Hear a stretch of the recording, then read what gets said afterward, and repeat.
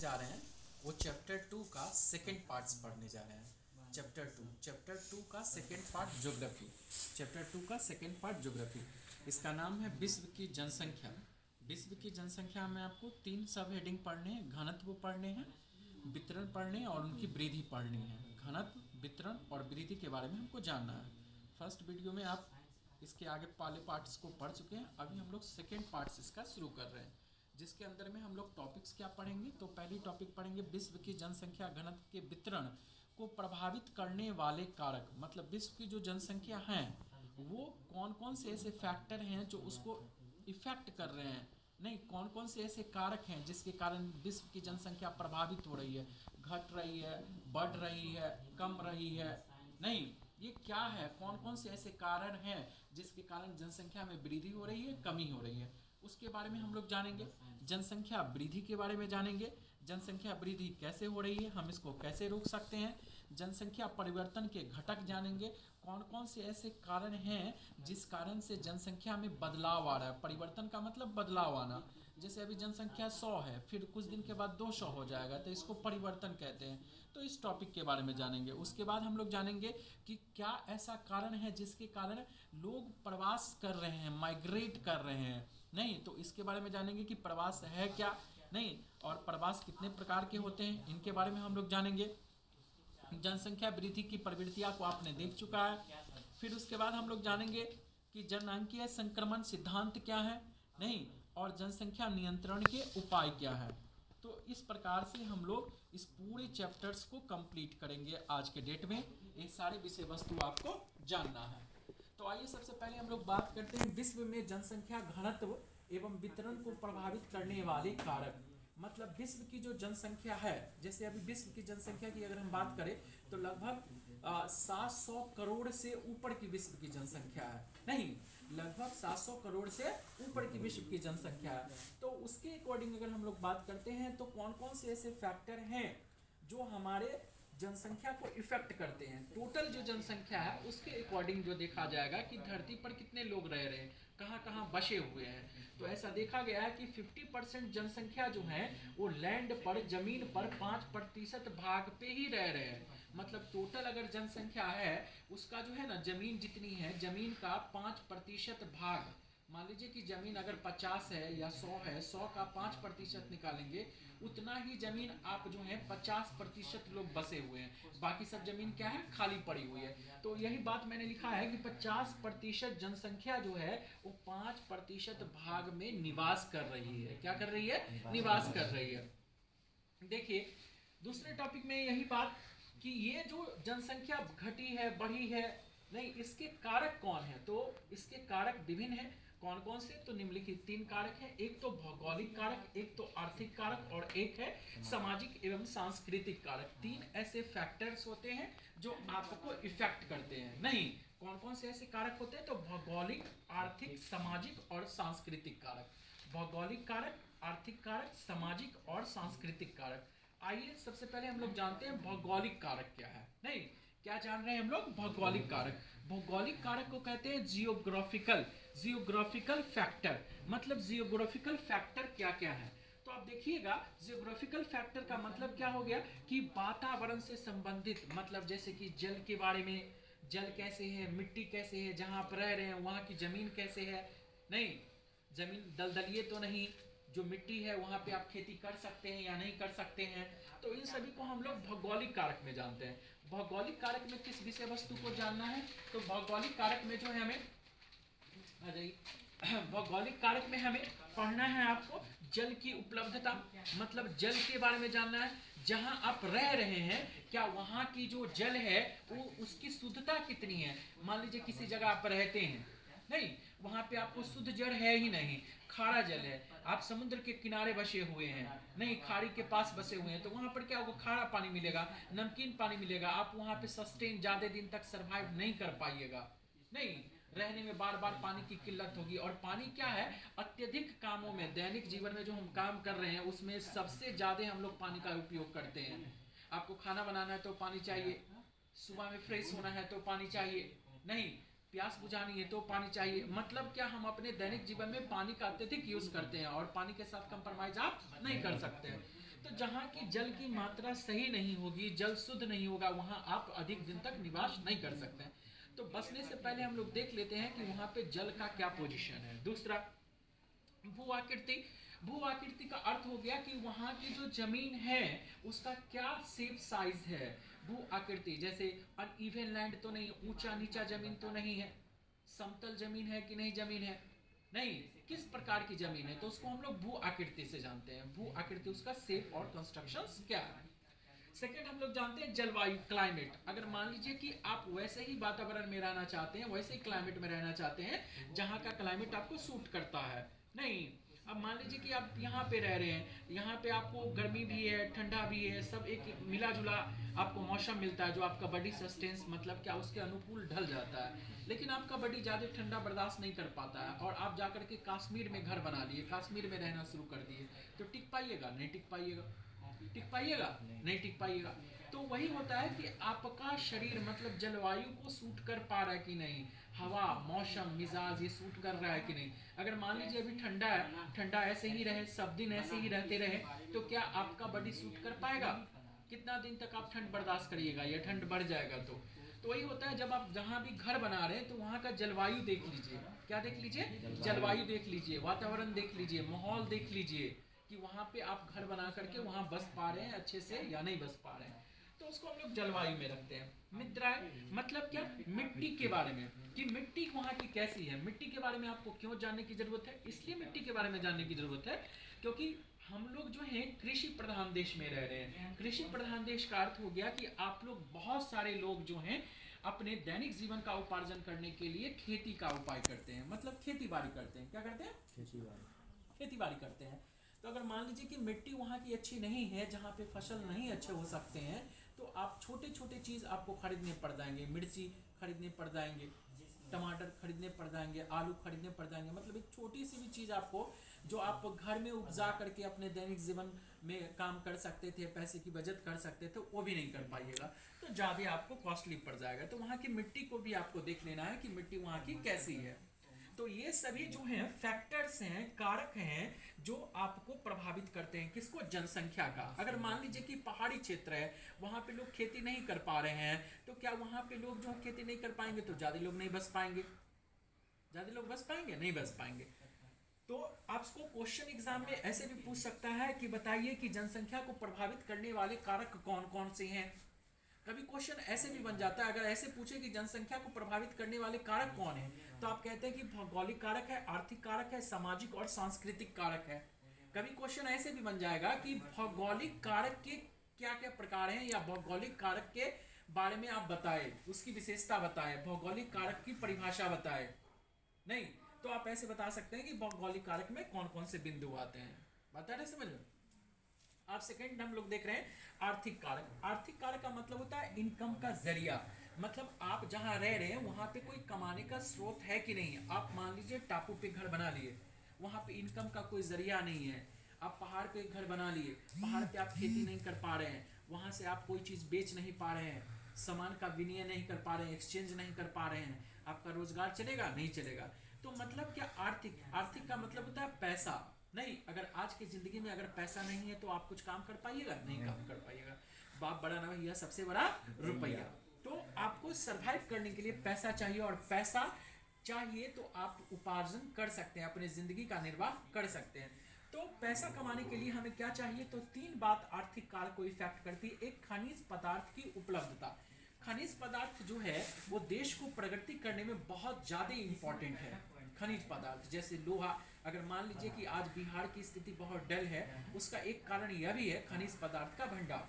अगर खनिज पदार्थ का भंडार अगर हमारे देश में, खनिज पदार्थ से आप समझ लीजिए लोहा का, मैग्नीशियम का, कोयला का, नहीं, अगर ये सारे का खदान यहाँ पे रहता, जैसे आप देख रहे हैं दुबई सबसे अमीर है, सऊदी अरबिया अमीर है, क्यों अरब अमीर है? उसके पास खदान है।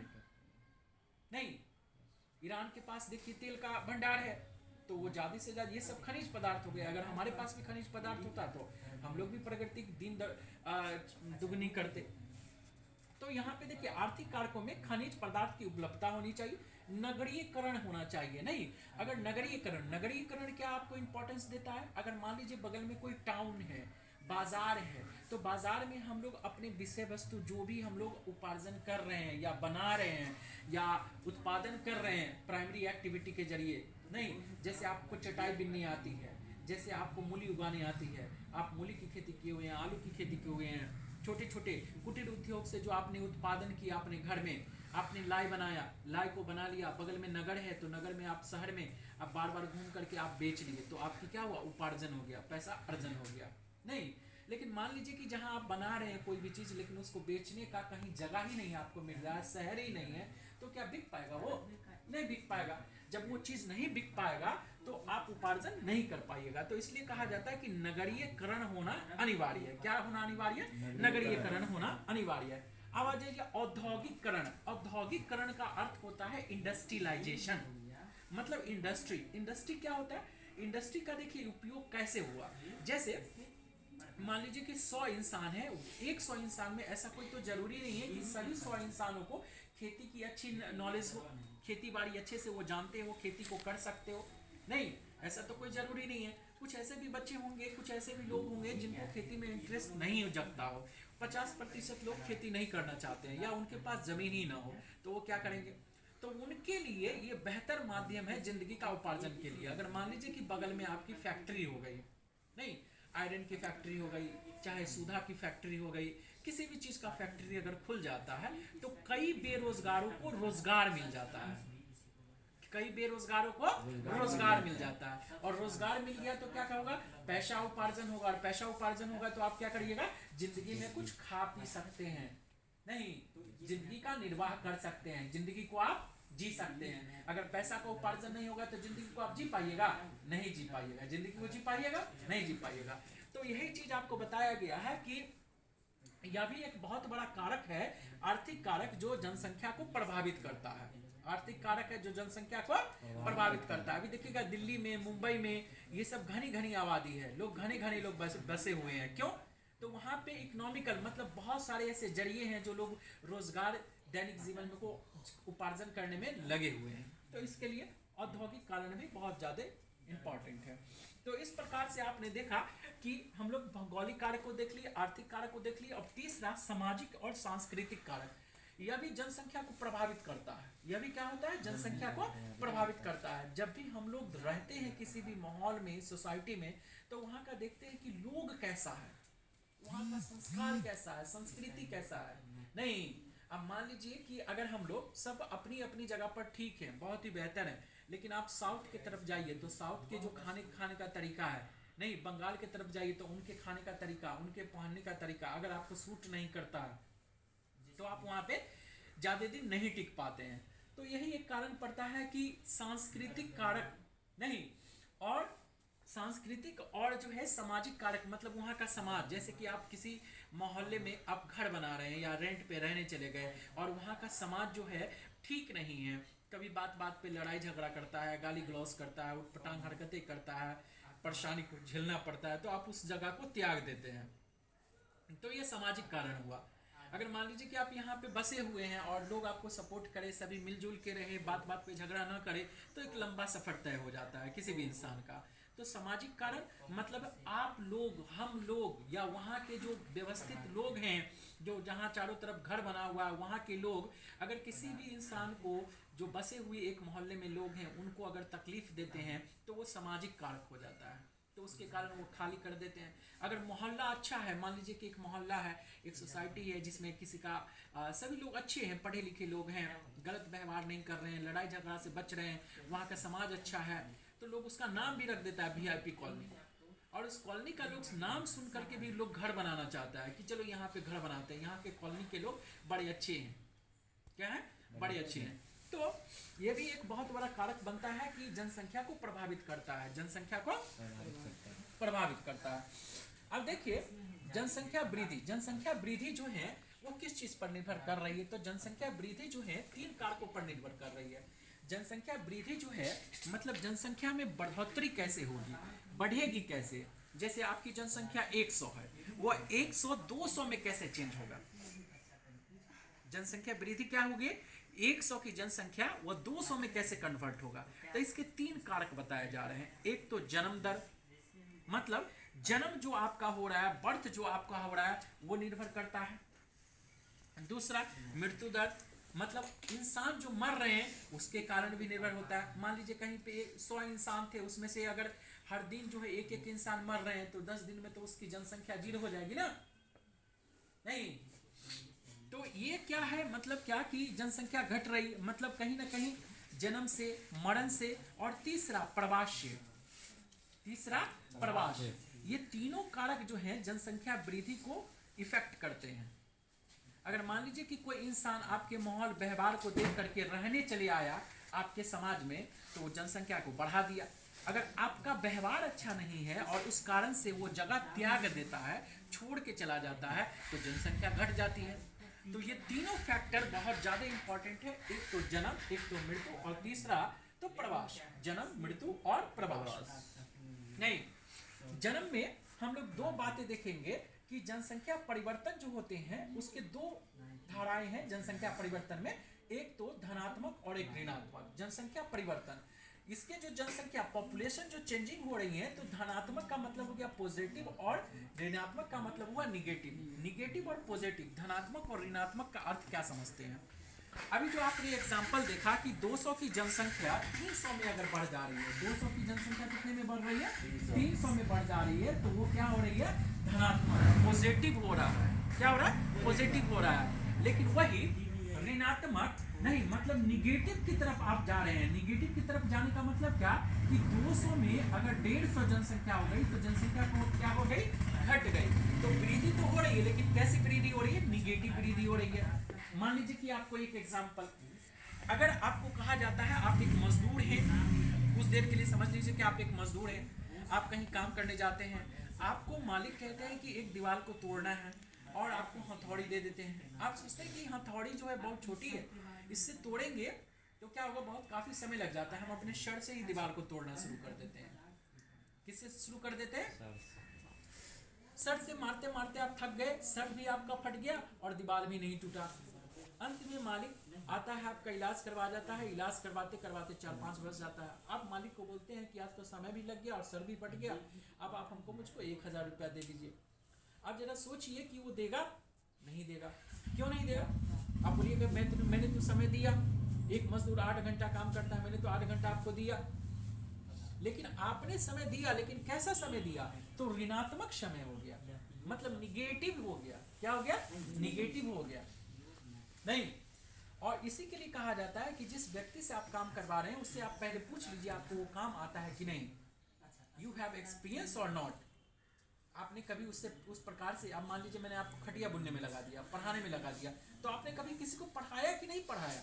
अगर पढ़ाया होगा तो आप पढ़ा लोगे। अगर आपने किसी को कभी पढ़ाया नहीं और पढ़ाना शुरू कर दिए तो गलत हो गया ना, होगा। लेकिन क्या होगा? निगेटिविटी में होगा। तो ये ऋणात्मक। वही धनात्मक हो जाता है कि मान लीजिए कि जो एक हलवाई को अगर मैं कह दूं कि आप जो है व्यंजन बनाइए, हलवा बनाइए या समोसे बनाइए, तो वो बना देगा नहीं, वो क्या करेगा? बना देगा। तो काम जब बढ़ोतरी की दिशा में हो, काम का कुछ रिजल्ट पॉजिटिव में निकले, तो उसको हम लोग क्या कहेंगे? धनात्मक कहेंगे। यही है ऋणात्मक और धनात्मक, पॉजिटिव और निगेटिव। जनसंख्या परिवर्तन के घटक, मतलब कौन कौन से ऐसे घटक हैं जो जनसंख्या परिवर्तन को इफेक्ट कर रहे हैं। तो मैंने पहले भी बताया, जन्म दर, मृत्यु दर और प्रवास। ठीक है, अब देखिए जन्म दर।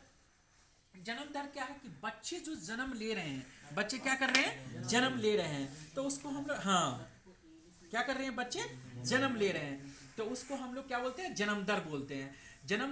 जन्म दर मापने की एक विधि है जिसको हम लोग कहते हैं अशोधित जन्म दर, क्रूड बर्थ रेट। क्या कहते हैं? Crude birth rate. नहीं, जिसको इंग्लिश में कहा जाता है क्रूड बर्थ रेट, इसका शॉर्ट फॉर्म बनाया गया है CBR। क्या बनाया गया है? शॉर्ट फॉर्म CBR बनाया गया है।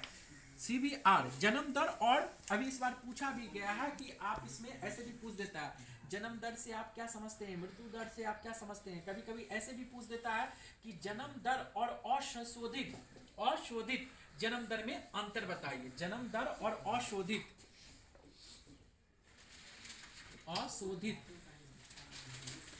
जन्म दर में अंतर बताइए। किस में अंतर बताइए?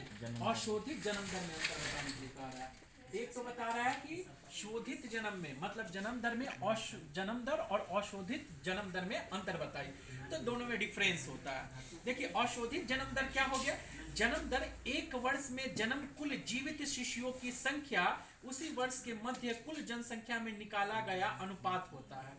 अब मान लीजिए कि शिशुओं की संख्या अगर टोटल, मान लीजिए कि अगर बच्चे जन्म लेते हैं तो बच्चे में तो टोटल बच्चे, अगर मान लीजिए कि 1000 बच्चे जन्म लिए, तो क्या 1000 बच्चे उस एक साल के अंदर में 1000 जीवित रहेंगे या उसमें से मर जाएंगे? नहीं।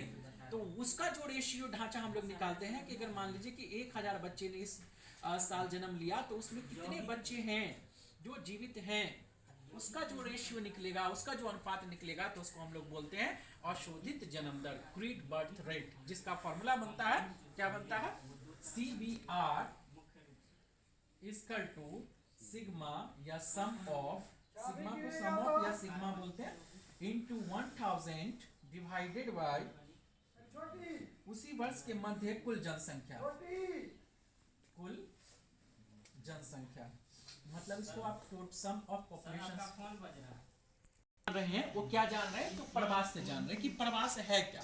प्रवास को हम लोग बोलते हैं माइग्रेशन। माइग्रेशन होने का कारण क्या है, प्रवास का कारण क्या है? नहीं, माइग्रेशन का अर्थ हो गया कि आप किसी स्थान से, अपने निवास स्थान से दूसरे स्थान आप जा रहे हैं, चाहे उसका उद्देश्य कुछ भी हो, कमाना हो, पढ़ना लिखना हो, घूमना हो, नहीं, अगर किसी भी कारण, किसी भी वजह से आप अपने निवास स्थान से एक स्थान से दूसरी स्थान आप जा रहे हैं, तो उसको हम लोग क्या कहते हैं, प्रवास कर देते हैं। क्या कह देते हैं, प्रवास कह देते हैं कि आप प्रवास हो गए, माइग्रेट हो गए। नहीं, खासकर लोग रोजी रोटी के लिए जो है एक जगह से दूसरी जगह जाते हैं, तो उसको हम लोग बोल देते हैं प्रवास। क्या बोलते हैं, प्रवास। अब देखिए प्रवास में दो चीज बात आती है, एक तो प्रवास दो प्रकार के हो जाते हैं, एक अप्रवास हो जाते हैं, एक उत्प्रवास हो जाते हैं। अप्रवास इमाइग्रेशन और उत्प्रवास इमाइग्रेंट, ये दोनों क्या होते हैं, अप्रवास और उत्प्रवास के कारक होते हैं। अप्रवास और उत्प्रवास के कारक, प्रवास के दो प्रकार हो गए, अप्रवास और उत्प्रवास हो गए, ठीक है। यही अगर कोई इंसान मान लीजिए कि अप्रवास का कारक है, तो वो इमाइग्रेट से, इमाइग्रेशन से क्या बन जाएगा, इमाइग्रेंट बन जाएगा।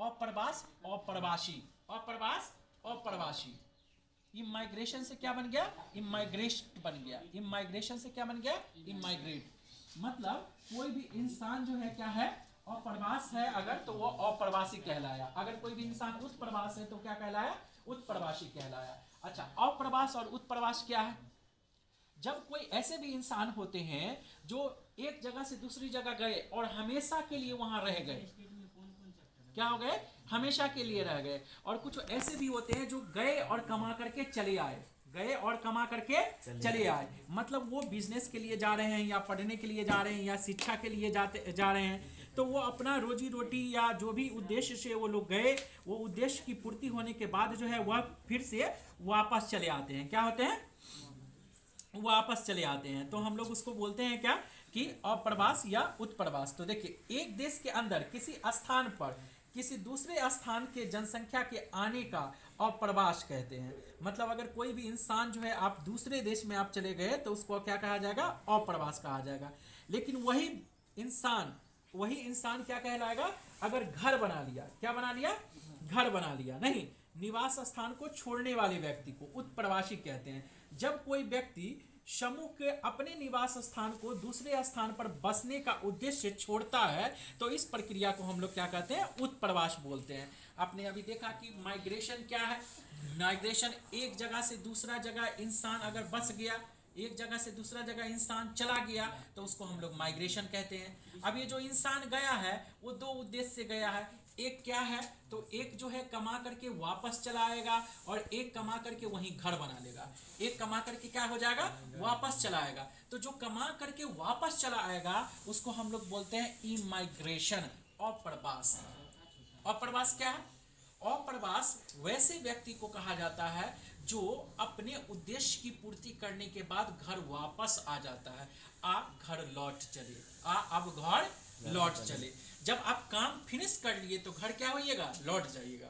लेकिन कोई जो है दिल लग जाता है उस शहर से, उस जगह से, और वापस लौटने की बात नहीं करते हैं, वहीं पे वो क्या कहते हैं, घर बना लेते हैं, बस जाते हैं, तो उसको हम लोग क्या बोलते हैं, उत्प्रवास बोल देते हैं। क्या बोल देते हैं? क्लियर, उत्प्रवास उसको बोल देते हैं। अब देखिए प्रवास के कारक मतलब क्या, कौन कौन सी ऐसी बातें हैं जो प्रवास के कारक हैं? क्या ऐसा चीज है जो प्रवास के कारक हैं? नहीं, मतलब आप क्यों जगह छोड़ रहे हैं, आप जो एक जगह से दूसरी जगह जो जा रहे हैं उसका कारण क्या है, आपके जाने का क्या कारण है? नहीं, तो जाने के जो कारण हैं वो दो प्रकार से बताए गए हैं, एक तो प्रतिकर्ष कारक, एक तो अपकर्ष कारक, मतलब पुश एंड पुल फैक्टर, इसको कहा जाता है पुश एंड पुल फैक्टर। कितने कारक हो गए? प्रतिकर्ष कारक और अपकर्ष कारक। पुश फैक्टर, पुल फैक्टर मतलब अगर कोई चीज, मान लीजिए कि आपको एजुकेशन यहाँ भी मिल रहा है और एजुकेशन आपको वहां भी मिल रहा है, लेकिन पटना का एजुकेशन या दिल्ली का एजुकेशन या मुंबई की एजुकेशन जो है आपको यहाँ से थोड़ी सी बेहतर लग रही है, तो आप उसकी तरफ जा रहे हैं, पुल कर रहे हैं, खिंचाव। नहीं, लेकिन मान लीजिए कि आप कुछ चीज यहाँ मिल ही नहीं रहा है, मतलब ग्रेजुएशन की आप पढ़ना चाह रहे हैं, ग्रेजुएशन का आपको कोचिंग सेंटर मिल ही नहीं रहा है, तो आपको जबरदस्ती यहाँ से पुशअप करना पड़ रहा है, तो उसको बोलते हैं अपकर्ष। क्या बोलते हैं? प्रतिकर्ष। क्या बोलते हैं? प्रतिकर्ष। प्रतिकर्ष कारक वैसे कारक हैं जो आपको जबरन यहाँ ऑप्शन ही नहीं मिला, उस कारण से आप जगह को त्याग करके चले गए, उस कारण से आप जगह को, मान लीजिए आप पढ़े लिखे हैं, आपको रोजगार नहीं मिल रहा है, नौकरी नहीं मिल रहा है, और नौकरी आपको विदेश में मिल गया, यहाँ नहीं मिला, आप वहां चले गए, तो क्या कारक कहलाया? प्रतिकर्ष कारक। वही जब आपको नौकरी इससे ज्यादा कमाना है, ज्यादा प्रॉफिट के लिए, ज्यादा इनकम के लिए आप किसी जगह को, नौकरी को छोड़ करके चले गए, तो वो अपकर्ष कारक, पुश एंड पुल फैक्टर। इसको आप अंतर से भी समझ सकते हैं कि प्रतिकर्ष और अपकर्ष में क्या अंतर है। ये बार बार क्वेश्चन भी बना के पूछता है कि बताइए अपकर्ष कारक और प्रतिकर्ष कारक के क्या अंतर है। तो अपकर्ष कारक क्या है? ये कारक जनसंख्या को किसी क्षेत्र की ओर आकर्षित करता है, विशेषकर नगर, मतलब नगर की और, गांव वाले को काम कितना भी मिल जाए गांव में, लेकिन वो नगर की ओर ज्यादा भागते हैं टाउन में। क्यों? वहां काम करेंगे और पैसा मिल जाएगा, अभी काम करिए और शाम में पैसा ले लीजिए। नहीं, ये कारक हो गए। ये प्रवास किए जाने वाले क्षेत्र की जनसंख्या में वृद्धि कर देते हैं, मतलब ये जो होते हैं अपकर्ष कारक, वो क्या करते हैं, वो जनसंख्या में वृद्धि कर देते हैं, सेटल डाउन हो जाते हैं। यही प्रतिकर्ष कारक क्या है? ये कारक जनसंख्या को किसी क्षेत्र से बाहर निकलने के लिए बाध्य कर देते हैं, मतलब आपको जो है हर हाल में, इसका नाम है पुल, खींच लेगा। क्या करेगा? खींच लेगा। अब मान लीजिए कि आप किसी वस्तु को ढकेल रहे हैं, तो ढकला ढकला करके जब तक उसको जहां तक ढकेलिएगा वहां जाकर के वो रुक जाएगा। मान लीजिए यहाँ तक ढकेल दिए, यहाँ जाने के बाद वो आगे नहीं बढ़ेगा। लेकिन अगर आप किसी को खींच रहे हैं, क्या है? खींच रहे हैं, तो खींचिएगा ना, तो थोड़ा अगर खींच के भी छोड़ दीजिएगा तो अपने आप से वो थोड़ा बढ़ भी जाएगा, थोड़ा थोड़ा अपने आप से बढ़ भी जाएगा, अपने आप मोशन में आ जाएगा। तो प्रवास के दो कारक हो गए, एक तो प्रतिकर्ष कारक, एक तो अपकर्ष कारक। अब आ जाइए जनसंख्या परिवर्तन के प्रभाव। जनसंख्या परिवर्तन के प्रभाव क्या है? तो संसाधनों में कमी, भूखमरी, कुपोषण। जनसंख्या जो परिवर्तन होता है उसके कारण जो है प्रभाव आ जाता है, मतलब कुछ चीजों में चेंजिंग आ जाते हैं। इफेक्ट क्या है? संसाधनों में कमी। अगर मान लीजिए कि यहाँ पे लोग ज्यादा से ज्यादा संख्या बढ़ जाए, मान लीजिए 10 बेंच है, 10 बेंच है, अगर 200 स्टूडेंट हो जाए तो बेंचों की संख्या की कमी हो जाएगी? नहीं, तो संसाधनों की कमी हो गई। अच्छा, उसके बाद भूखमरी, भूखमरी की समस्या आ जाएगी। किसकी समस्या आ जाएगी? भूखमरी। अगर मान लीजिए कि पॉपुलेशन, अभी देखिए जिस प्रकार से तेजी से पॉपुलेशन बढ़ती जा रही है, एक समय ऐसा क्या आएगा कि एक जमीन रहेगा और उतना ज्यादा हम लोग उत्पादन नहीं कर पाएंगे, तो खाने के लिए घर में कितना होगा?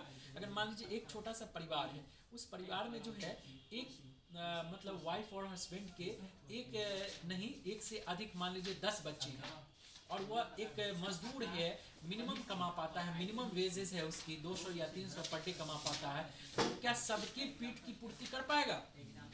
सबको थोड़ा थोड़ा हो पाएगा, कटौती करना पड़ेगा। मतलब जनसंख्या अगर वृद्धि होती है कहीं पे, तो भूखमरी की भी समस्या आ जाती है। किसकी समस्या आ जाती है?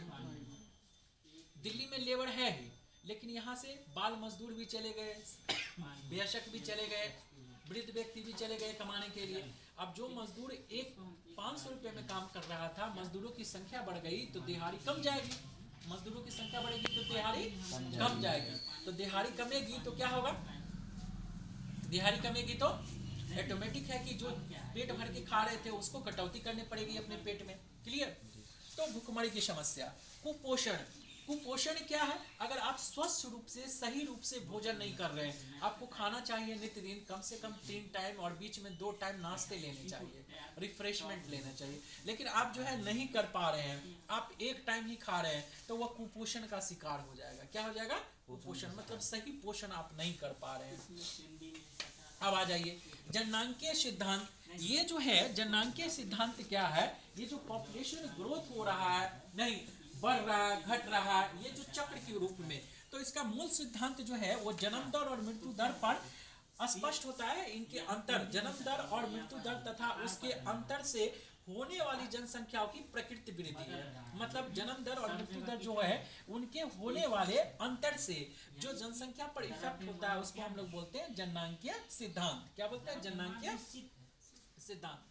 यहाँ जो आपको फोटो बनाया गया है जननांकीय चक्र, जैसे आप पढ़े हैं भोजन चक्र क्या है, नहीं नाइट्रोजन सर्किल क्या है, उसी प्रकार से जननांकीय चक्र भी होता है। जननांकीय चक्र में देखिए ग्रामीण वाले जो हैं अशिक्षित हैं, और अशिक्षित में जो है जन्म दर और उच्च है। अशिक्षित में क्या है? जन्म दर और मृत्यु दर उच्च है।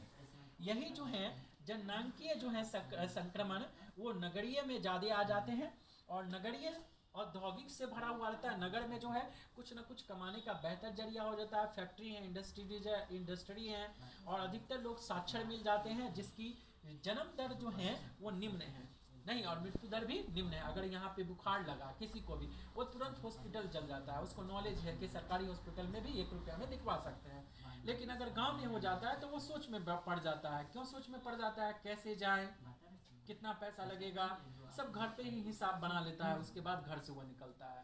जबकि उसको मालूम होना चाहिए कि जितना जिसके पास जो पैसा रहता है उसमें उसका काम हो सकता है, लेकिन वो टेंशनाइज हो जाता है। ठीक है? और इंसान बर्दाश्त करने के चक्कर में उस फीवर को हद से ज्यादा बढ़ा देता है। बर्दाश्त के चक्कर में क्या होता है?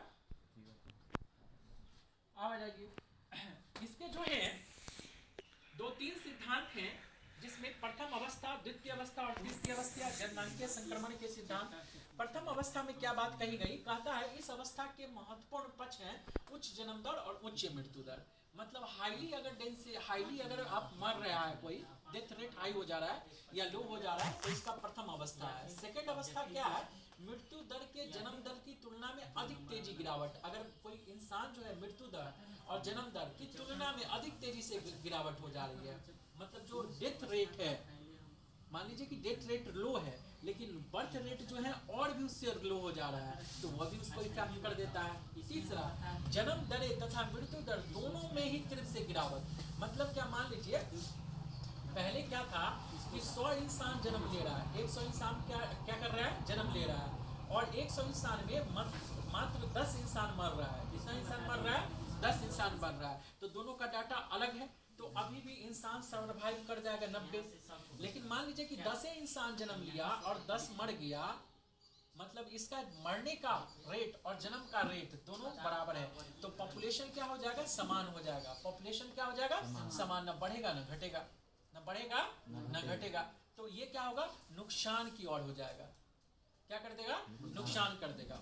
अब देखिए, जनसंख्या जिस रफ्तार से बढ़ रही है उस रफ्तार से ऐसा अनुमान लगाया जाता है कि आने वाले समय में बहुत सारी समस्या आ सकती है। जैसे आपने देखा कि अगर जनसंख्या वृद्धि होती है तो आपको संसाधनों की कमी, भूखमरी की कमी, कुपोषण, इन सभी चीजों के आप शिकार हो जाइएगा। किसके शिकार हो जाइएगा? संसाधनों में कमी आएगी, भूखमरी में कमी आएगी और कुपोषण में शिकार होइएगा।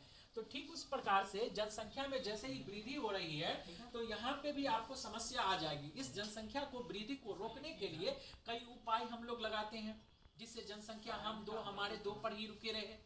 तो उसके लिए परिवार नियोजन है। परिवार नियोजन और भी कई सारे तरीके हैं जनसंख्या वृद्धि को रोकने का। तो एक ही तरीका यह भी है, परिवार नियोजन।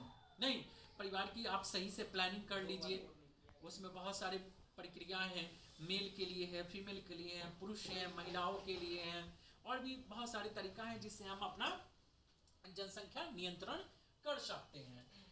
उसी के अकॉर्डिंग माल्थस ने क्या कहे, माल्थस जी देखिए, माल्थस ने कहते हैं मानव की जनसंख्या उत्पादन की शक्ति निश्चित रूप से पृथ्वी की मानवीय जीवन निर्वाह साधनों के उत्पादन की शक्ति से अधिक होती है, जीवन के निर्वाह शक्ति से अधिक होती है। इन्होंने क्या कह दिया, मानव की जनसंख्या उत्पादन की शक्ति, मतलब जनसंख्या जो आप उत्पादन कर रहे हैं, हर रोज जो पॉपुलेशन हो रहा है, निश्चित रूप से पृथ्वी पर मानवीय जीवन निर्वाह साधनों के उत्पादन की शक्ति से अधिक होती है। मतलब धरती पर जो है जिससे आप जीवन निर्वाह कर रहे हैं, खा रहे हैं, पी रहे हैं, नहीं, उससे आपकी जो पॉपुलेशन वह तेजी से बढ़ रही है। क्या बढ़ रही है? तेजी से बढ़ रही है। मतलब संसाधन आप खोज ही नहीं रहे हैं। इंसान बढ़ा तो उसका काम का तरीका भी ना बढ़ेगा, फैक्ट्री ना बढ़ेगी, तो फैक्ट्री यहाँ बढ़ नहीं रहा और पॉपुलेशन, ठीक है। यही बात कहता है कि इन्होंने दो प्रकार के सिद्धांत दिए। इसमें क्या दिया, अर्थमेटिक और ज्योमेट्रिकल इन्होंने अनुपात निकाला। क्या अनुपात निकाला? माल्थस के अनुसार जनसंख्या वृद्धि ज्यामितीय अनुपात में होती है। मतलब ये जो आपको वृद्धि हो रही है वो किस अनुपात में हो रही है? तो ज्यामितीय वृद्धि में। कैसे वृद्धि हो रही है? तो 1, 2, 4, 8, 16, 32, 64 इस प्रकार से वृद्धि हो रही है। वही संसाधन, ये जनसंख्या है और ये संसाधन है। क्या है? ये जनसंख्या और ये संसाधन। संसाधन का मतलब क्या हुआ? वैसे चीज जिससे इंसान जो है अपना जिंदगी निर्वाह करे। जैसे रिक्शा वाला, रिक्शा नहीं रहेगा तो कमा पाएगा नहीं। कोई कार ड्राइव करता है, अगर उसके पास ड्राइव नहीं करने के लिए कार नहीं रहेगा तो वो कमा पाएगा नहीं। तो ये जो कार है, ये जो रिक्शा है, ये जो ट्रेन है, ये जो फैक्ट्री है, ये सभी रिसोर्सेज हैं। तो ये संसाधन की अनुपात है। मतलब जनसंख्या देख रहे हैं 1, 2, 4 मल्टीपल फॉर्म में इंक्रीजेस हो रहा है, और वही संसाधन जो है ये मल्टीपल फॉर्म में इंक्रीज नहीं हो रहा है। 1, 2, 3, 4, 5 हो रहा है, लेकिन कंटिन्यूअस स्लो डाउन में हो रहा है। ठीक है, तो ये माल्थस साहब ने ऐसा अपना विचारधारा बताया। तो ये चैप्टर आज आपका कंप्लीट हो गया। इससे कई सारे प्रश्न आते हैं। इस बार एग्जाम हो रहा है, इसमें भी आपको प्रश्न आए हैं। आप माल्थस की विचारधारा से आप क्या समझते हैं, माल्थस के सिद्धांत क्या है, ज्यामितीय सिद्धांत से आप क्या समझते हैं? नहीं, आप यहाँ से भी प्रश्न ले सकते हैं। प्रतिकर्ष और अपकर्ष के कारक में अंतर बताए, प्रतिकर्ष और अपकर्ष में अंतर बताए। जनसंख्या परिवर्तन को प्रभावित करने वाले कौन कौन से कारक हैं? नहीं, जनांकीय चक्र का रचना करे, जनांकीय सिद्धांत की व्याख्या करे। भौगोलिक कारक क्या होता है, आर्थिक कारक क्या होता है? नहीं, कभी कभी ऐसे भी पूछ देता है, जन्म दर और मृत्यु दर में अंतर बताइए। जनसंख्या परिवर्तन के कौन कौन से कारक हैं? तो इस प्रकार से क्वेश्चन आते हैं। इस सभी क्वेश्चंस को 2 नंबर में आप लोग बना करके देखिएगा। जो भी प्रॉब्लम है वो पूछिएगा।